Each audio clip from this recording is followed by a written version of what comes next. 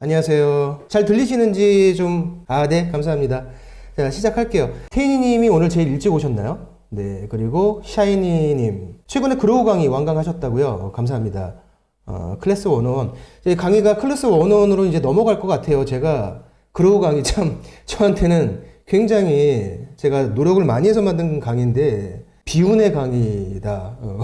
그로우와 함께 폭파된 비운의 강의다라고 생각을 하고 있었는데, 클래스 101에서 제 강의를 인수하고 싶다고 이제 그로우 측에 의사를 전달했나 봐요. 그래서 지금 이전하는 절차가 지금 되고 있고요. 4월쯤 클래스 101에서 공인중개사 창업 강의가 다시 이제 짠 하고 부활을 할 것 같아요. 찐 현지님 안녕하세요. 반갑습니다. 현지님도 개근이네요. 네, 반가워요. 자, 이제 오늘 주제로 좀 시작을 할까요? 오늘 주제로 넘어가 볼까요? 지난주죠. 공동주택 공시가격이 발표가 됐어요. 발표 내용을 보니까 굉장히 역대급입니다. 정말 이렇게 공시가격이 내려간 적이 없었죠. 거의 뭐 폭락이라고 불러야 될 정도로 공시가격이 이렇게 내려갔었는데, 라이브 같이 함께 하시는 분들은 또 대부분 공인중개사 분들이 아니면 또 부동산에 관심이 굉장히 많으신 분들이잖아요. 그러니까 우리는 이번에는 공시가격이 좀 내려갔나 보다, 이제 이렇게만 생각하지 마시고, 이 공시가격이 이렇게 많이 내려갔다고 하는데 이게 우리 일상에 미치는 영향이 뭐 어떤 게 있을까, 이런 거를 한번 생각해 보는 것도 좋을 것 같다라는 취지에서 오늘 몇 가지 얘기들을 좀 가지고 와봤고요. 원래는 다른 주제로 오늘 얘기를 해보려고 했었는데, 지난주에 목요일이었죠. 공시가격 갑자기 이 폭락이 발표가 되면서 주제를 주말에 이걸로 바꿨어요.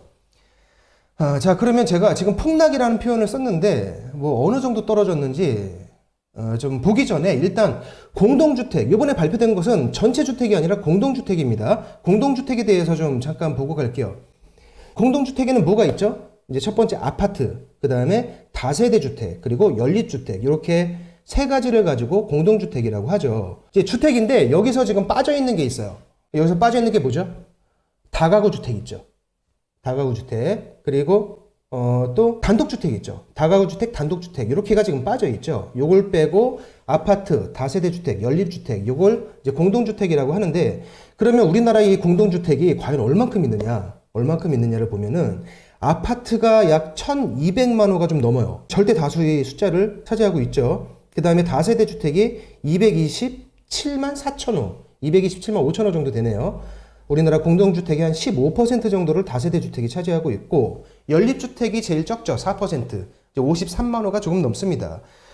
뭐 전체적으로 보면 우리나라 전국에 공동주택이 1,500만 호에 육박할 정도로 공동주택이 있는데, 그 중에 아파트가 81%, 그게 압도적으로 많습니다. 뭐 우리나라 아파트 공화국이다 라고 해도 과언이 아닐 정도로 지금은 이제 지방의 곳곳을 가도 아파트들이 많이 들어서들이 있죠. 그런데 방금 전에 말씀드린 것처럼 이 1,500만 호에 육박하는 여기에 지금 빠진 게 있어요. 단독주택, 다가구 주택이 지금 빠졌죠. 이걸 합치면 숫자가 뭐 여기 적혀 있는 것보다는 훨씬 더 어마어마해지겠죠. 이렇게 우리나라의 집들이 이렇게 많은데 왜 내 집은 없냐, 뭐 이렇게 생각하는 분도 또 계실 수 있는데, 이제 내 집 마련을 하셔야죠. 자, 어쨌건 우리나라에 이렇게 굉장히 많은 주택들이 있는데요.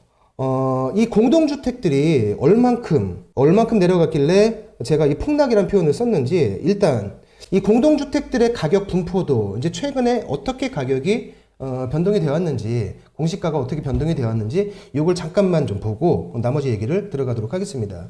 자, 지금 제가 여기 자료 화면에 띄운 게 공동주택의 평균 공시가격, 공동주택 한 채의 평균가입니다. 전국만 볼게요. 전국. 서울은 빼고 전국만 보겠습니다. 자, 2018년도에 전국의 주택 한 채의 평균 가격이 1억 8,674만 원이었어요. 이게 다음 해인 19년도에 가면 1억 9,764만 원으로 공시가가 오르게 됩니다. 자, 그러면 몇 퍼센트 올랐죠? 지금 뭐 한 5%, 한 6% 정도 되나요? 뭐 물가 상승률하고 딱 맞지는 않는데 비슷하게 올랐죠. 괜찮은 수준이다, 뭐 비슷한 수준이다, 이렇게 보시면 될 것 같고, 그 다음 해인 2020년도 이때는 2억 1,123만 원, 2억 1,123만 원이 됐죠. 이때도 전년도에 비하면, 2019년도에 비하면 뭐 한 5, 6%, 6% 전후로 오른 것 같아요. 그죠? 그런데 여기까지는 괜찮았는데 요 2020년 요 해가 어떤 해냐면, 지난 정부에서 주택에 대해서 이런 정책을 펼칠 때였습니다. 공급은 일단 막고 그리고 세금을 올린다. 이렇게 정책을 펼칠 때였어요. 공급을 막는 이유는 공급을 하게 되면 분양시장이나 이런데 투기꾼들, 날파리들이 끼어든다. 투기꾼들이 끼어든다. 라는 이유로, 이제 그런 이유로 공급을 막아야 된다가 첫 번째 세부 정책 중에 하나였었고, 그 다음에 또 이런 얘기들이 많이 나올 때였죠. 우리나라의 주택 보급률이 100%가 조금 넘기 때문에 이 2020년 이때 한 102% 정도 됐던 걸로 제가 기억나는데, 주택을 한 채를 초과해서 가진 사람들, 이 사람들이 주택을 이제 내놓게 되면은 주택이 없는 분들에게도 주택이 좀 많이 돌아간다. 이제 이런 식의 논리가 이때 2020년도 이때 이런 논리가 막 펼쳐질 때였어요. 좌우간 2020년도 이때가 이제 그런 해였습니다. 이제 그런 얘기들이 막 나오고 정부 정책들이 좀 그렇게 갈 때였어요. 그래서 이 주택들을 토해내게 하는 거는 어떻게 하느냐? 이제 강제로 토해내게 할 수는 없으니까 자발적으로 토해내게 하는데, 이 자발적으로 주택을 토해내게 하는 방법을 이제 세금을 올린다. 세금을 올려서 더 이상 주택을 한 채를 초과해서 가진 사람들이 이 세금을 더 이상 감당하기가 힘들어서 다주택자들이 주택을 토해내게 만드는, 그리고 한쪽에서는 공급을 억제하는, 투기꾼들이 끼어드는 것을 원천봉쇄하겠다. 이렇게 하는 정책을 막 펼치면서 시작할 때가 이때 20년도입니다. 2020년도. 그래서 2021년도로 보면 여기까지는 한 5, 6% 정도 올라가는 추세였는데, 2021년도에 보면은 공동주택의 공시가격이 갑자기 2억 5,327만 원, 갑자기 거의 한 20%에 육박하게 점프를 해버려요. 그래서 이때 보유세가 굉장히 많이 늘어납니다. 재산세도 마찬가지고요. 종부세, 특히 종부세를 기존에 안 내시던 분들이 갑자기 이 커트라인 위로 올라오셔서 종부세를 내게 되는 분들이 많이 생겼고요. 21년도에. 그리고 어느 정도의 종부세를 내시던 분들이 이때 종합부동산세가 확 올라가는 이런 경험들을 한 번씩 다 하셨을 거예요. 그리고 이때 또 한 번 확 올라가죠. 이때 마찬가지로 한 거의 20%에 육박하게 공시가격을 확 올려버려요. 그래서 2년 연속으로 각 해마다 한 20%에 육박할 정도로 각각 공시가격을 급속도로 올려버리다 보니까 보유세 부담을 많이 느끼신 분들이 많이 계시죠.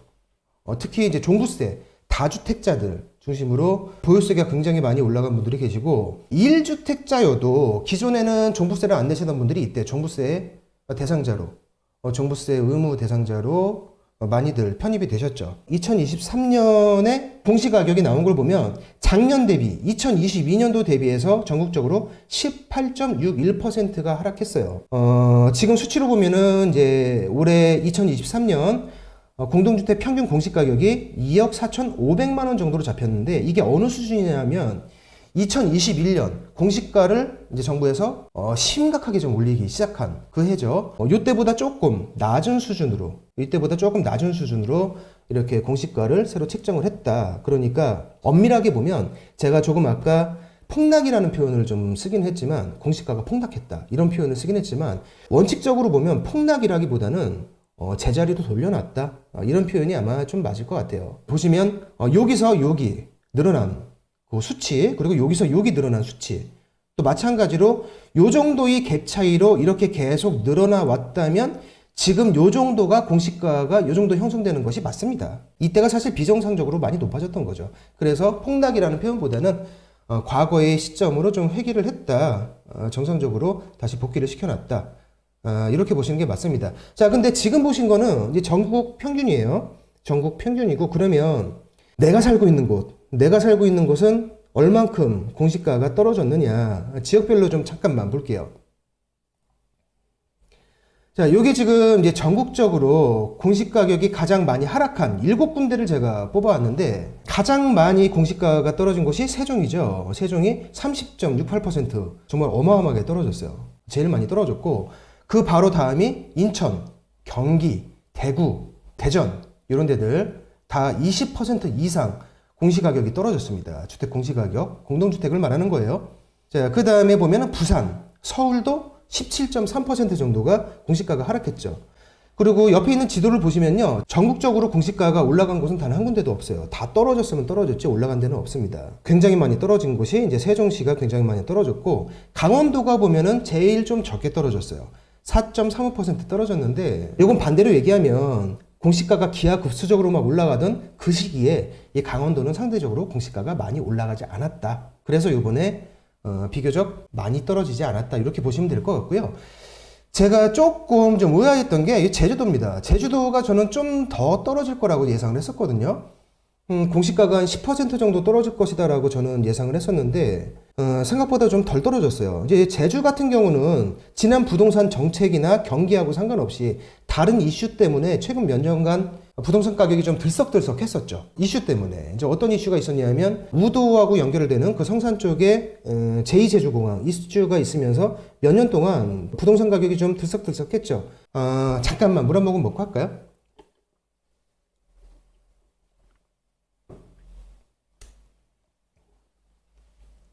네. 스윗서영님, 안녕하세요. 라이브 방송 다시 볼 수 있나요? 네, 제가 편집해서 아마 다음 주 월요일쯤에 다시 올릴 것 같아요. 네, 부동산 김여사님, 안녕하세요. 네. 반갑습니다. 자, 얘기 계속 이어나갈게요. 전국적으로는 18.61%가 떨어졌다. 이 정부 발표입니다.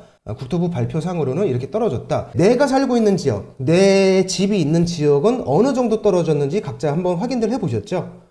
자, 그러면 부동산 공시가격이 이렇게 떨어졌는데 그냥 단순하게 부동산 공시가격이 좀 떨어졌나 보다 뭐 이렇게만 생각할 게 아니라 이게 우리한테 또 일상에 어떤 영향을 또 1년간 미치게 될지 여기에 대해서 뭐 이제 잠깐 얘기를 해보면요. 첫 번째로 당연히 너무 당연한 얘기인데 이제 보유세가 내려가게 되겠죠. 보유세 하면은 재산세, 종부세 이 두 가지가 있는데요. 이 두 가지 세금을 계산할 때 첫 번째로 중요한 게 공시가격이에요. 공시가격이 굉장히 중요합니다. 그 다음에 두 번째가 공정시장 가액 비율이에요. 그러니까 이 두 개가 곱하기로 갑니다. 이 두 개를 곱해서 거기다 세율을 계산을 한 다음에 뭐 이렇게 재산세가 얼마, 종부세가 얼마 이렇게 최종 계산을 하게 되는데 공시가격이 2021년도, 2022년도에 굉장히 공시가격이 크게 올라갔죠. 또 이때 그 공정시장 가액 비율도 많이 올렸어요. 제가 바로 전에 설명을 좀 안 드리고 넘어간 부분이 있었는데 이제 여기 보시면 공정시장 가액 비율이 종부세를 계산하는 공정시장 가액 비율은 2021년도에 95%까지 올라갔습니다. 그러니까 2021년도를 보시면 공시가격이 확 올라갔고 또 공정시장 가액 비율도 동시에 같이 확 올라가면서 이 두 개가 다 올라가는데 이게 곱하기로 가는 거니까 종부세가 엄청나게 올라갔죠. 이거를 요번 정부가 작년에 들어서면서 가장 먼저 했던 일 중에 하나가 이제 공정시장 가액 비율을 내리는 거였죠. 그래서 2022년 작년에 정부가 새로 들어서면서 가장 먼저 했던 일 중에 하나가 이 공정시장 가액 비율을 종부세와 재산세에 해당되는 것들을 전부 다 내렸습니다. 이걸 작년에 했고 그 다음에 이제 올해 들어서면서 공시가격은 1년에 한 번 초에 하는 거니까 올해 들어서면서 이제 두 번째로 공시가격을 내린 거예요. 확 내렸죠.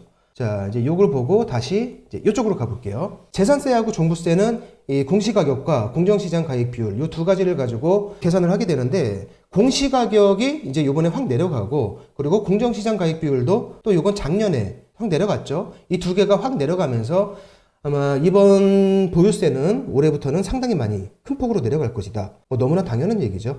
그런데 이제 우리는 또 이제 공인중개사 또는 부동산에 관심이 있는 사람들이니까 보유세 내려간대, 종부세 내려간대 이렇게만 생각하지 마시고 요게 의미하는 바가 뭔가 시사하는 바가 뭔가 이제 요걸 조금 생각을 더 해봐야죠. 보유세 부담 완화, 재산세와 종부세가 내려간다. 요게 시사하는 바는 지금 주택을 갖고 계신 분들 또는 매각을 하려고 준비를 하고 계셨던 분들 이분들이 이제 보유 기간 내가 언제까지 보유를 할 수 있을까 이 보유 기간 동안에 이걸 내가 보유하고 있는 게 득이 될지 아니면 실이 될지 이것과 그 다음에 매각 시점을 다시 한번 판단해 보셔야 한다. 또 뭐죠? 금리가 있죠. 이 금리와 요 두 가지를 잘 감안을 하셔가지고 보유기간과 매각 시점을 다시 판단하는 그런 시기로 한번 잡아보셔야 한다.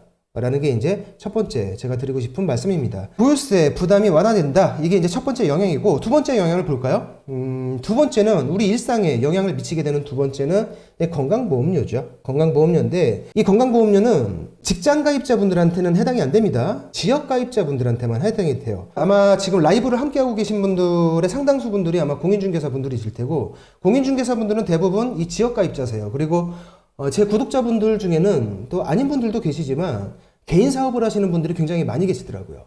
이분들은 또 이제 지역가입자에 대해 있으신 분들도 계시고 또 본인이 대표시기 때문에 또 본인이 이 건강보험료를 다 내시는 그런 분들도 아마 계실 텐데 어쨌건 지역가입자들, 직장가입자 말고 지역가입자분들은 건강보험료가 많이 인하될 것이다.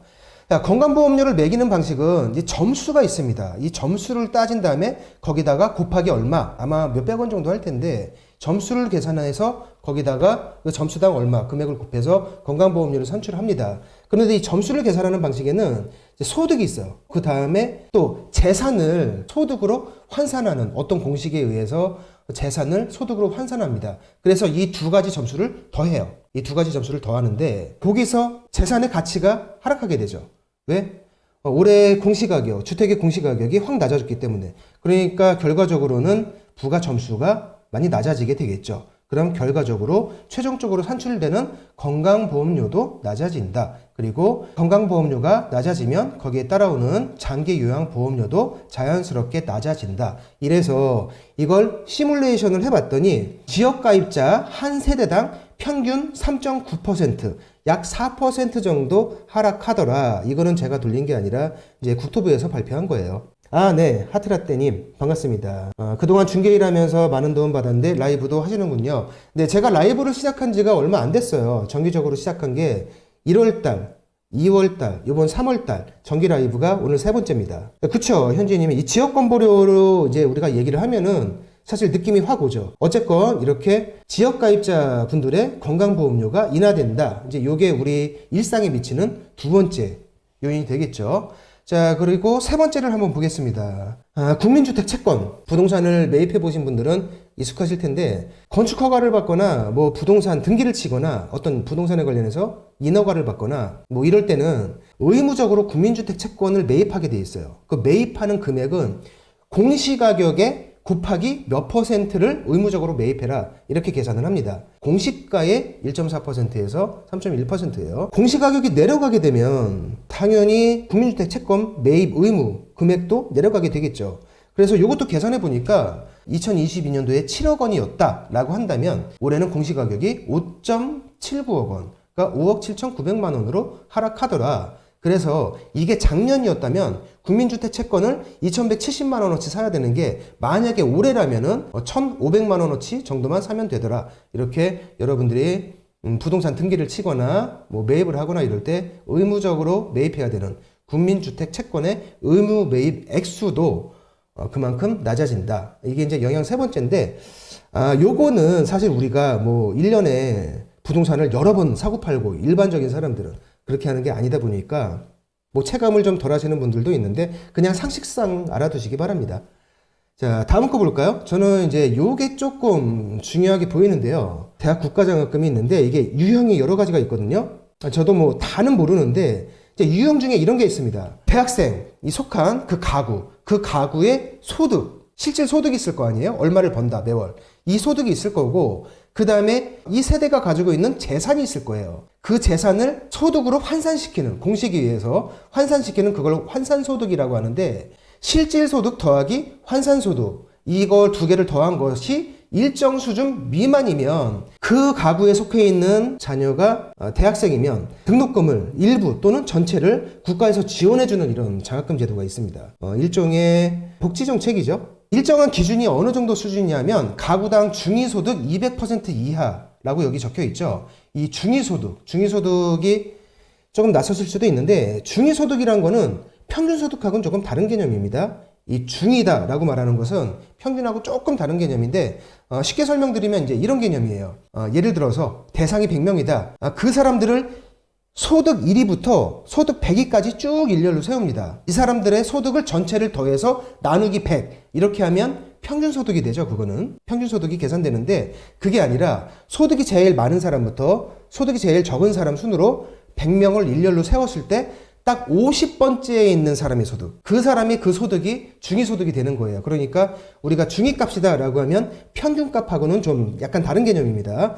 자, 가구별 중위소득 200% 이하 세대의 대학생이면 국가에서 장학금을 지원해주는 그런 제도가 있었어요.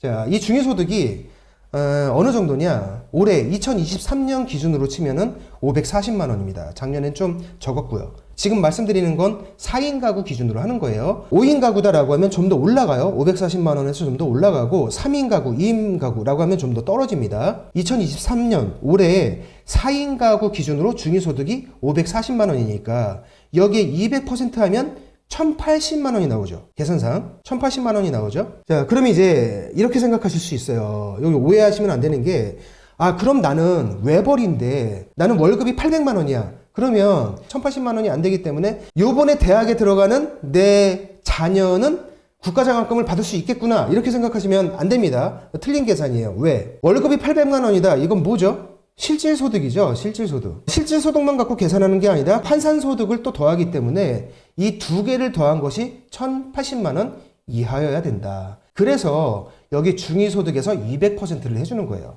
중위소득 100%가 아니라 200%를 해주는 이유가 실질소득과 환산소득을 더하기 때문에 그런 겁니다. 자, 그런데 이 국가장학금 원래는 이 대상이 됐었는데 여기서 탈락한 사람이 2021년도에 많이 나왔어요. 공시가격이 이때 한 거의 20% 가까이 육박하면서 2021년도에 원래대로라면 장학금, 국가장학금 대상이 됐어야 되는데 탈락한 사람이 굉장히 많이 나왔고요. 2022년도 이때도 탈락한 사람들이 많이 나왔죠. 왜? 공시가격이 2년 연속으로 좀 비정상적으로 굉장히 많이 올라갔기 때문에 이 기준치 딱 밑에 있어서 국가장학금을 받을 수 있는 사람들이 이 기준치에 약간 올라가게 되면서 못 받은 사람들이 이제 2021년, 2022년도에 좀 많이 나오게 되는데 그걸 다시 2021년보다 조금 적은 수준으로 공시가격을 다시 지금 환원시키는 작업을 하고 있기 때문에 과거에 비해서는 조금 더 많은 국가장학금 대상자가 나올 것이다. 뭐 이제 이런 얘기죠. 네 번째 영향은 이제 요겁니다. 자, 그러면 여기서 가장 억울한 사람은 누굴까요?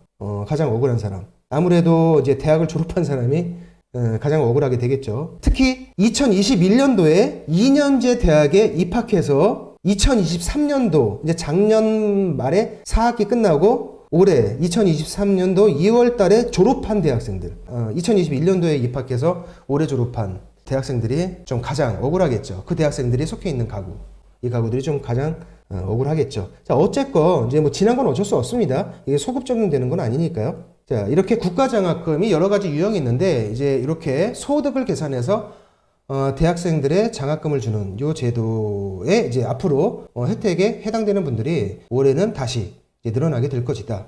이제 이게 공시가격 하락이 우리 일상에 미치는 네 번째 영향, 이렇게 보면 될 것 같고요. 자, 요거는 방금 전에 제가 설명드린 그 내용이에요. 이거 뭐 국가에서 발표한 내용인데 뭐 넘어가겠습니다. 방금 전에 말로 설명을 들었으니까요. 자, 그 다음에 또 어떤 영향이 있을까를 좀 보게 되면은 기초생활보장제도, 요것도 마찬가지입니다.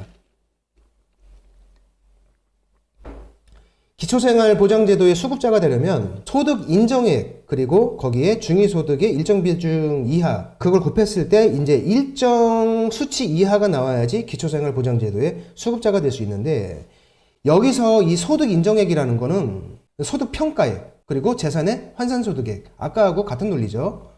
실질소득과 그 다음에 환산소득, 이 두 가지를 더해서 계산을 합니다.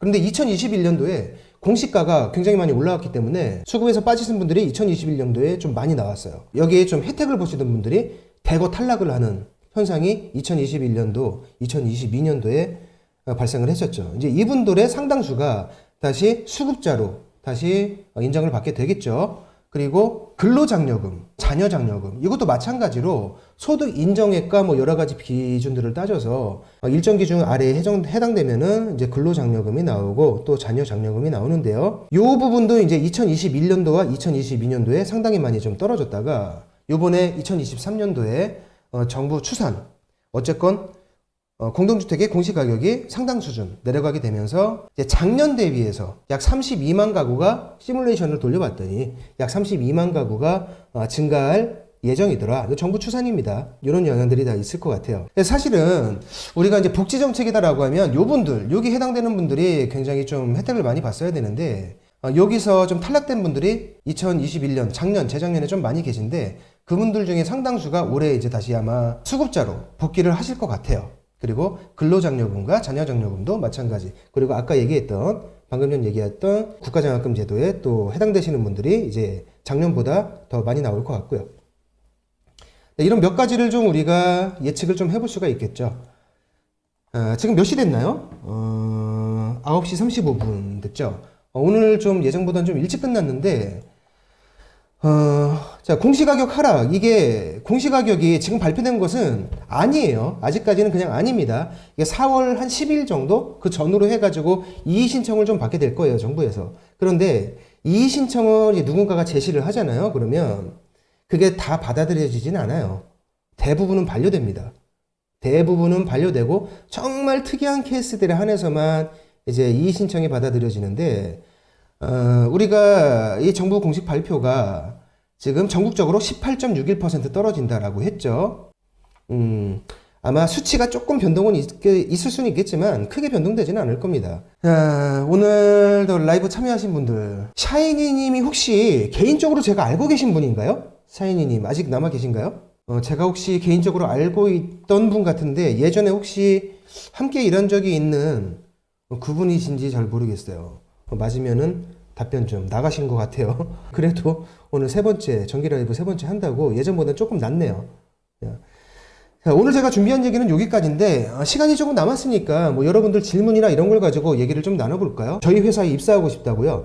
그 구인 광고를 안 내고 있는데 문의 전화가 사실 많이 와요. 제가 유튜브에서 제가 누구라고 공개하지는 않았는데 사실 뭐 이제는 얘기하지 않아도 웬만한 분들은 다 알고 계시죠. 제가 어디서 일하고 있는지, 어느 중개법인의 대표이사로 있는지 다 알고 계시죠. 그리고 아까 저 샤이니님께서 뭐 제 본명도 지금 언급을 하셨어요. 사실 예전 같으면 본명 언급은 금해주세요 라고 말씀드릴 건데 사실 이제는 많은 분들이 아시기 때문에 이제는 뭐 비밀도 아니게 돼버렸죠. 네, 그런데 지금은 티오가 없습니다. 티오가 생기게 되면은 제가 작년처럼 또 유튜브를 통해서 얘기를 하도록 할게요. 네, 주택임대사업자가 시군구청에 표준임대차 신고하면 임차인은 따로 임대차 신고를 안 해도 되는지요? 원래는 같이 가서 하게 돼 있죠. 제가 사실 한 10년 전까지는 주택 전문으로 일을 했었는데 그 이후에 10년은 이제 업무용 부동산 전문을 하다 보니까 더군다나 최근에는 제가 일선에 영업을 하러 직접 나가진 않거든요. 저희 직원들을 가르치고 직원들을 이끄는 역할을 좀 하고 있다 보니까 일선에서 직접 일을 하진 않고 있는데 원래는 임대인 그리고 임차인 두 분이 하게 돼 있고 만약에 한 분이 안 하게 되면은 다른 한 분이 그 취지를 이제 설명을 하고 나서 혼자서 등록하게 돼 있습니다. 제가 알고 있기로는요. 맞죠? 네, 태인이님. 태인이님 중개업을 하시는 분이셨네요. 공동중개한 상대방 측 부동산에서 손님에게 따로 연락을 하고 있다. 이럴 때는 어떻게 대처해야 할까요? 이거 굉장히 좀 비매너인데요. 제가 예전에도 영상을 이걸 올린 적이 있었죠. 강의에서도 한번 얘기한 적이 있어요. 공인중개사 간의 아주 기본적인 예의들. 요즘에는 모르시는 분들도 굉장히 많은 것 같습니다. 근데 이거에 대한 거는 직접 전화하셔서 얘기하셔야 돼요. 뭐 심하게 따진다까지는 아니지만 이거 분명히 얘기를 하셔야 됩니다. 그쪽에서 직접 연락하는 것을 막으셔야 돼요. 이게 최근에 중개업을 시작하신 분들 중에서는 이게 굉장히 비매너 행동이라는 것을 업계에서 잘못 소문나면 정말 굉장히 매장당할 수도 있는 정말 큰 비매너 행동이라는 것을 모르고 계신 분들이 최근에 오픈하신 분들 중에서는 좀 많이 계신 것 같더라고요. 원래는 하면 안 되는 행동이죠. 뭐 법으로 그렇게 돼 있는 건 아니지만 우리 시장에 거래 질서가 있고 또 암묵적인 여태까지 룰이라는 게 있고 그리고 법을 떠나서 이제 서로 간의 매너라는 게 있잖아요. 예의가 있고 상도덕이라는 게 있고. 네, 그게 굉장히 오버되는 행동이죠. 이제 마찬가지로 우리 공인중개사분들이 손님을 모시고 또 마찬가지로 공동중개를 하러 갔을 때 이런 경우가 있어요. 상대방 측 건물주 측에서 그런데 그쪽 부동산은 어디신가요? 명함 하나만 주세요 라고 얘기를 할 때가 있어요. 또 이럴 때 마찬가지로 손님 측 부동산도 조심해야죠. 이럴 때는 또 어떻게 대답을 하는 것이 FM이냐?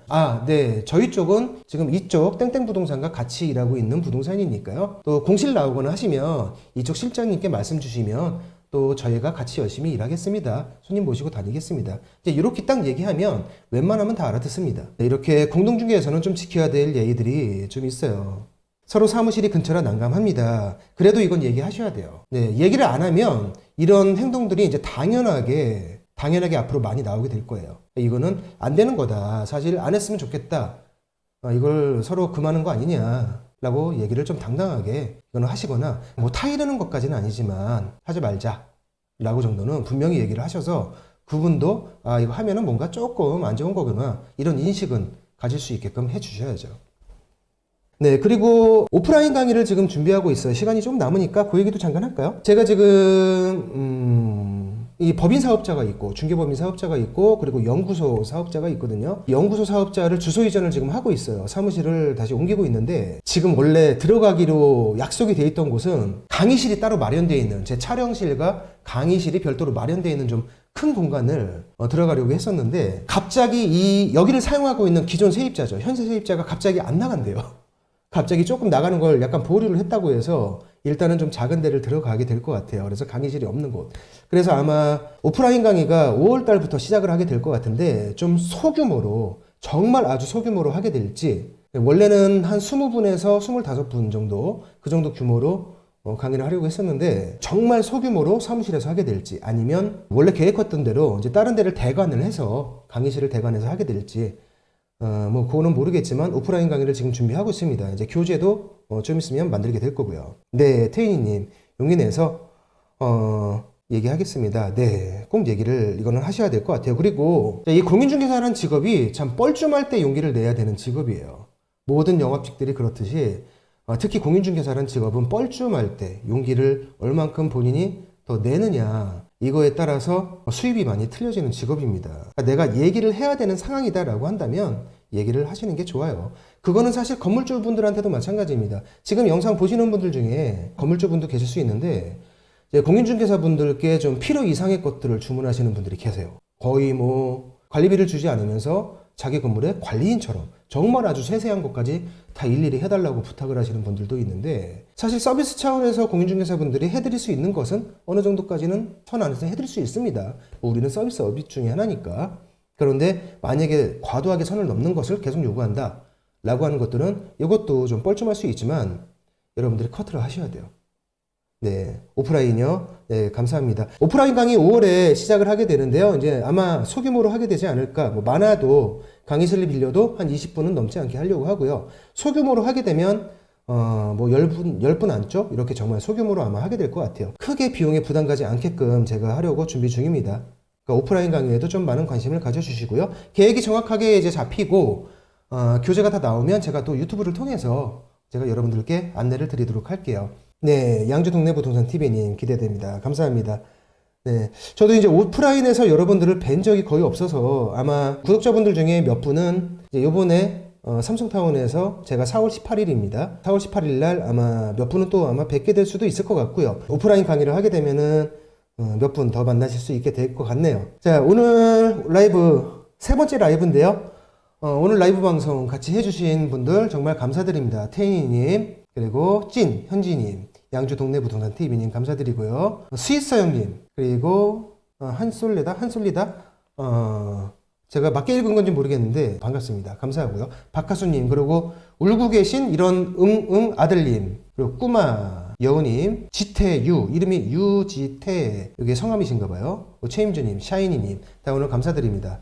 네, 저도 감사드리고요. 자, 오늘 라이브 여기서 마치도록 하고요. 다음 라이브 방송은 이제 4월달, 또 4월 마지막 주 목요일이 되겠죠. 다음 라이브 때는 또 어떤 주제로 얘기를 해보는 게 좋을지 여러분들께서 댓글로 좀 알려주시면 제가 참고를 해서 다음 라이브 주제를 정하고 또 공지를 하도록 하겠습니다.